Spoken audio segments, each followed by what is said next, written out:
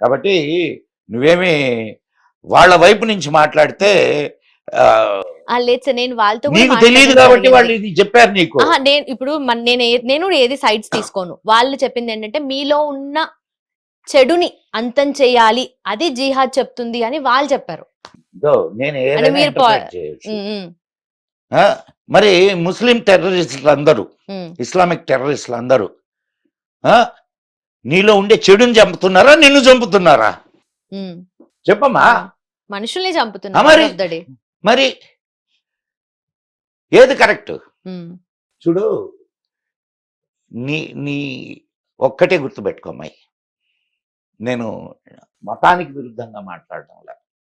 భారతదేశంలో హిందువులు మెజారిటీ ఉన్నంత వరకు మాత్రమే ఇక్కడ సెక్యులరిజం ఇవన్నీ చెల్లుబాటు అవుతాయి. హిందువులు మైనారిటీలు అయినటువంటి మరుక్షణం సెక్యులరిజం లేదు, ఇంకొకటి లేదు, అందరూ నరకబడుతూ పోతారు. ఇది జరుగుతున్న సత్యం, జరిగిన సత్యం. నిన్నగాక మొన్న బంగ్లాదేశ్లో జరిగిందా లేదా? అక్కడ ఎవరైనా టెర్రరిస్టులు వచ్చి చంపారా? కామన్ పీపుల్ వెళ్ళారు. సందేశ్ ఖల్లీలో ఏం జరిగింది? ఎవరు చంపారు? కామన్ పీపుల్ కదా అక్కడ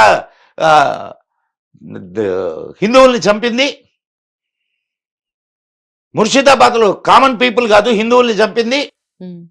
బంగ్లాదేశ్లో చంపుతున్నది కామన్ పీపుల్ కాదు. చెప్తే సరిపోద్దమ్మా, ఆచరణలో ఉండబల్లా. నీ ప్రశ్నకి సమాధానం దొరికినట్టేనా? దొరికింది సార్, దొరికింది. అయితే ఇప్పుడు న్యూక్లియర్ బాంబింగ్ గురించి మాట్లాడుతున్నారు. ఇప్పుడు మళ్ళీ debate around nuclear bombing. Okay, రెండు రెస్పెక్టివ్ నేషన్స్ ఏవైతే ఉన్నాయో అవి కూడా రెండు న్యూక్లియర్ నేషన్సే.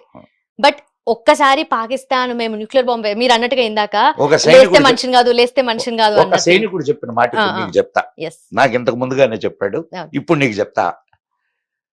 ఒక్క న్యూక్లియర్ బాంబు భారతదేశం మీద పడితే ఈ భూమి మీద పాకిస్తాన్ అనేటటువంటి దేశమే ఉండదు. Right it down.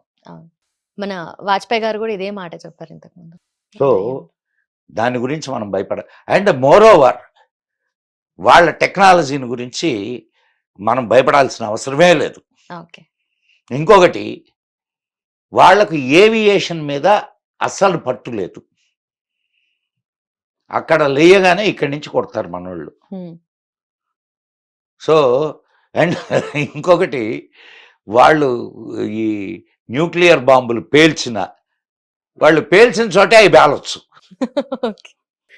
కాబట్టి వాళ్ళ టెక్నాలజీ, వాళ్ళ దీని గురించి మనం ఆలోచించాల్సిన పని లేదు, భయపడాల్సిన పని లేదు. అమ్మ, ఈ టెక్నాలజీలు ఇవన్నీ ఏమి లేనప్పుడు 1971లో 93,000 మంది పాకిస్తాన్ సైనికుల్ని మన వాళ్ళు లొంగ తీసుకున్నారు. అనడం కంటే వాళ్ళు లొంగిపోయారు మనకి. 93,000 మంది 3 సంవత్సరాలు వాళ్ళని ఇంటి అల్లుళ్ళలాగా మేపి మనం తిరిగి అప్పచెప్పాం. సో ఏది ఇంత టెక్నాలజీ లేదు, అప్పుడు ఇంత అమ్యునిషన్ లేదు. అప్పుడే మనం అంత ఇది చేస్తే ఇప్పుడు మనకి ఎంతసేపు అమ్మ పాకిస్తాన్ లేపవతలేయడానికి? కాబట్టి పాకిస్తాన్ గురించి మనం భయపడాల్సిన అవసరం లే. మనం ఆలోచించాల్సింది మన భద్రత. 1971లోనే మన విశాఖపట్నానికి వాళ్ళ సబ్మెరైన్ వచ్చింది. మన వాళ్ళు అటాక్ చేస్తే సబ్మెరైన్ని హ్యాండ్ ఓవర్ చేసుకున్నారు. ఇప్పటికి కూడా నువ్వు విశాఖపట్నం బీచ్ రోడ్డుకి వెళ్తే ఆ సబ్మెరైన్ చూడొచ్చు. కాబట్టి మనకు అంత టెక్నాలజీ లేనప్పుడే, అమ్మాయి ఒక్కటే గుర్తుపెట్టుకోమ్మా, మన సైనికులకు అండగా మన దేశం ఉంది. వాళ్ళ సైనికులకి అండగా వాళ్ళ దేశము లేదు, వాళ్ళ సైన్యం కూడా వాళ్ళకు అండగా లేదు. కాబట్టి వాళ్ళు దేశాన్ని నమ్ముకొని వాళ్ళు యుద్ధం చేయరు. నువ్వు ఎందుకు గట్టిగా ఒక్క దెబ్బగా తగిలితే ఎక్కడోళ్ళు అక్కడ పారిపోతారు వాళ్ళు. ఇది ఆ జాతి లక్షణం. మన వాళ్ళు ఒక్క దెబ్బ తగిలితే, మన చైనా విషయంలో ఏం జరిగింది, ఒక్క దెబ్బ తగలంగానే మన వాళ్ళు వాళ్ళని ఎంతమందిని చంపుతున్నారు, అవునా కాదమ్మా? సో మన వాళ్ళకి తిరగబడే లక్షణం ఉంది, వాళ్లకు పరిగెత్తే లక్షణం ఉంది. ఓకే. కాబట్టి మనం పాకిస్తాన్ గురించి ఆలోచించాల్సిన, ఎస్ కొంత నష్టం జరుగుద్ది, ఆ నష్టానికి మనం సిద్ధమై ఉండాలి. కానీ ఒక శాశ్వత పరిష్కారం కోసం మనం ముందుగా అడుగు వేసేటప్పుడు కొన్నిటిని కొంచెం ఆనా చాహేతో కొంచెం కోనా పడేగా. అండ్ బార్డర్స్ దగ్గర ఎవ్రీ టైమ్ సిచ్యువేషన్ చేంజ్ అవుతూనే ఉంటుంది కదా సార్. ఎప్పుడు ఎలా అవుతుందో చెప్పలేము. సో మనకు పాక్ ఆక్యుపైడ్ కాశ్మీర్ కానీ, ఇటు చూసుకుంటే చైనా సైడ్ నుండి కానీ, అండ్ ఇక్కడ బంగ్లాదేశ్ ఇల్లీగల్గా వాళ్ళు వస్తూ ఉంటారు. అంటే అన్ని సైడ్స్ లో మనము ఏదో ఒక రకంగా ఎఫెక్ట్ అవుతూనే ఉన్నాం each and every day. So దీన్ని ఎవ్రీడే ఈచ్ అండ్ ఎవ్రీడే మనం ఎఫెక్ట్ అవుతున్నాము అని అంటే కారణం ఏమిటి? ఇక్కడ ఉన్నటువంటి పాలకుల లోపం.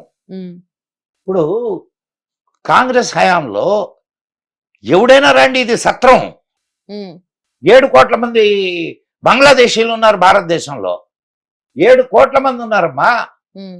పాకిస్తానీలు లీగల్ గా వచ్చిన పాకిస్తానీలు, లీగల్ గా అంటే నేను వీసా తీసుకొని వచ్చిన పాకిస్తాన్లో 5 లక్షల మంది ఉన్నారు. ఇప్పుడు తిప్పి పంపించడానికి చూస్తే ఎవడెక్కడ ఉన్నాడో తెలియదు. అంటే తిప్పి పంపించేటటువంటి వ్యవస్థను కూడా మనం నిర్మాణం చేసుకోవాలా.